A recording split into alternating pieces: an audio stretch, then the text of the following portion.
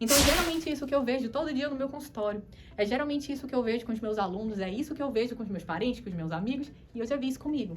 Então, isso é muito comum, né? Então, assim, mas tudo isso é pro jejum errado, que é algo que a gente não quer fazer. E é esse um dos motivos que nós estamos aqui nessa semana, e é por isso também que nós vamos aprender a fazer algo que eu chamo de jejum correto. E agora nós vamos falar sobre o que seria esse jejum feito de uma forma correta. E, na verdade, o que o jejum, quando realizado corretamente, poderia trazer de benefícios. E eu vou citar todos aqui para vocês. Resistência à insulina. Na verdade, seria uma melhora da resistência à insulina. Seria você que é pré-diabético, diabético, que toma o seu remédio, toma sua insulina, toma o seu comprimido, porque você tem esse tipo de doença. O jejum ele consegue melhorar sim a resistência à insulina. Emagrecimento, que eu acho que na verdade é a grande vontade da grande maioria de vocês aqui. O jejum, quando feito de uma forma correta, ele pode gerar sim um emagrecimento, mas eu não estou falando daquele emagrecimento de 2 semanas e engorda 2. Eu estou falando do emagrecimento sustentável. Aquele emagrecimento que você leva para a sua vida toda. Então, realmente, não é nem... na verdade, é ser magro, é estar magro. O jejum intermitente ele consegue fazer isso com você, mas se ele for feito de forma correta. Outra questão que também é muito interessante em relação ao jejum. Ele consegue melhorar pessoas que têm problemas de insônia. Isso é muito comum. E, na verdade, o tratamento da insônia, pessoas que tratam insônia deveriam sim fazer jejum intermitente. Melhora da gastrite. O jejum não piora a gastrite. O jejum pode, inclusive, tratar os sintomas da gastrite. E como eu falei para vocês, jejum pode melhorar a compulsão alimentar se ele for feito de uma forma interessante. Lembra para vocês o que eu falei logo no início daqui da nossa aula, falando sobre que o jejum seria capaz de fazer você diminuir o teu consumo de açúcar, diminuir a tua impulsão por comida e sem sofrer? Na verdade, é isso que acontece se você passar por um processo de adaptação interessante e aprender a fazer jejum intermitente. Você melhora a tua compulsão alimentar e o teu vício por doce. Então, é muito sensacional o jejum. E dessa forma também, melhorando a tua autoestima, melhorando o teu foco e algo que pouco se fala, que está associada a, na verdade, não seria a melhora do Alzheimer, mas sim um processo de prevenção. Pessoas que têm seus familiares, que têm histórico de doença de Alzheimer, deveriam todos praticar jejum intermitente por esse motivo, porque existe um fator protetor muito importante. Pessoas que trabalham com atividades que necessitam de muito foco, de muita concentração, ou então pessoas que passam o dia inteiro trabalhando, o jejum ele é muito interessante porque ele melhora muito o foco. E por que será que o jejum praticado por muitos de vocês não funciona? Por que será que existe um jejum que funciona e um jejum que realmente não funciona?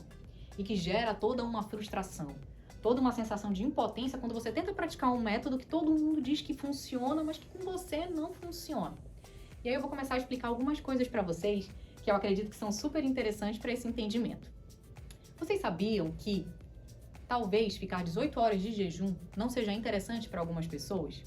E que se você, que não é adaptado, que está na sua dieta não muito interessante, consumindo açúcar, consumindo carboidrato, pedindo sempre aquela pizza do final de semana, aquele sanduíche da quarta-feira à noite, que talvez se você decidir fazer um jejum de 18, um jejum de 24 horas, você não iria produzir uma substância muito interessante, é uma substância chamada corpo cetônico.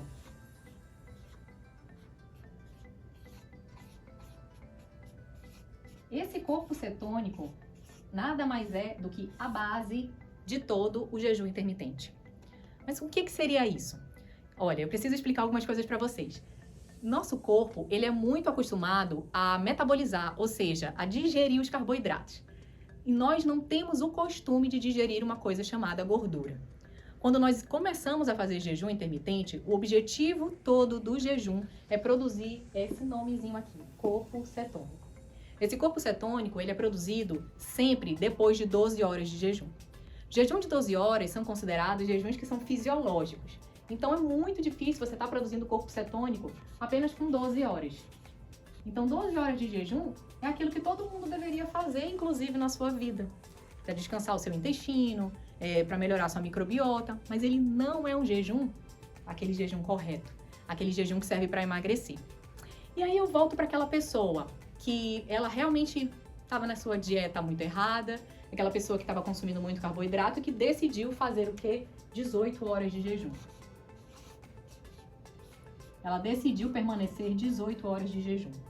Só que se eu falar pra vocês que essa pessoa, muitas das vezes, mesmo ficando 18 horas de jejum, ela não vai produzir esse famoso corpo cetônico. Será que isso é possível? E é possível, e essa é a grande causa de todos os erros, de todas as frustrações que acontecem no jejum intermitente. Por quê? Se você não passar por algo chamado adaptação do jejum, um processo de adaptação ao jejum intermitente, você não vai ser capaz de ensinar o teu corpo a produzir os corpos cetônicos. E digo mais, você não vai ser capaz de ensinar o teu corpo a produzir os transportadores, porque imagina, o corpo cetônico precisa ser transportado para algum local. Então, na verdade, é isso. Esse é um dos grandes motivos, um dos grandes erros do jejum intermitente. É você tentar sair. Na verdade, às vezes, você só faz 8 horas de janela de jejum, ou às vezes você se alimenta meia-noite, 6 horas da manhã já está consumindo alguma coisa, então você não tinha nem 6 horas de jejum. O teu corpo não tinha capacidade de produzir isso, mas você acredita que por ficar em 18 horas de jejum, já estaria produzindo corpo cetônico, o que não é verdade. E eu digo a vocês, o jejum só funciona se você produzir corpo cetônico. O jejum só funciona se você realmente passar por esse processo de adaptação, que é um processo onde o teu corpo entende o que é jejum intermitente. Existe um outro motivo também para o jejum intermitente não dar certo. E eu vou começar a explicar para vocês um pouco isso aqui. E isso está associado a uma das maiores dúvidas do jejum intermitente, que é a famosa quebra do jejum. Isso aqui é a dúvida mais recorrente de todo jejum. É a dúvida mais recorrente dos meus alunos, dos meus pacientes, porque ela é muito importante. Lembra que eu comecei a falar para vocês sobre o corpo cetônico? Que para o jejum funcionar, o corpo de vocês tem que produzir corpo cetônico, tem que transportar corpo cetônico, senão você está passando lá 18, 24 horas, até mais, tem gente que fica 36 horas de jejum sem produzir o corpo cetônico e está passando fome à toa. Falei isso para vocês, não falei? E o que acontece? O corpo de vocês tem que produzir corpo cetônico e mesmo após a quebra do jejum, é interessante que ele continue produzindo corpo cetônico. E é por isso que essa quebra é muito interessante. Imagina, vamos aqui colocar um caso hipotético.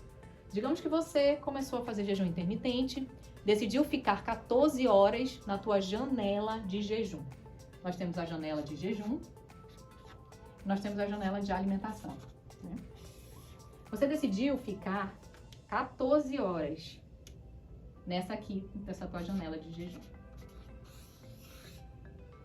Você fez tudo corretamente, não se alimentou, consumiu tudo que poderia consumir nessa janela de jejum, fez tudo bonitinho, começou a produzir teu corpo cetônico, não produziu tanto porque você é um iniciante no jejum intermitente, mas já produziu alguma coisa.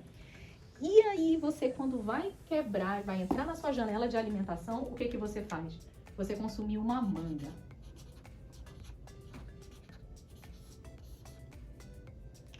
Você colocou todo o seu jejum intermitente por água abaixo. Mas aí você vai se perguntar assim, mas o que tem isso a ver, Amanda? Manga não é uma comida saudável, manga não é uma fruta, todo mundo come manga, atleta come manga, qual é o problema da manga? O problema da manga é que a manga, ela tem uma coisa chamada alto índice glicêmico. Esse alto índice glicêmico, na verdade, é uma categoria dos alimentos, né? Eu vou explicar isso para vocês, fazer um resumo aqui rapidinho, porque esse alto índice glicêmico é assim, digamos, você come um pão. Você comer um pão, ele tem um índice glicêmico de 100. Você come, digamos, um morango. Esse morango, escrevi errado, ele tem índice glicêmico de 10. Então, tem substâncias que têm índice glicêmico baixo e tem alimentos que têm índice glicêmico muito elevado. E a manga se encontra aqui nesse. A manga está mais ou menos aqui, muito próximo do pão. Quando você consome um alimento de alto índice glicêmico, o que acontece automaticamente com o teu corpo? Você produz muita glicose, você produz muita insulina. E quando você produz glicose, produz insulina, automaticamente o que acontece? O corpo cetônico para de ser produzido na hora. Então, assim, aumentou a tua glicemia,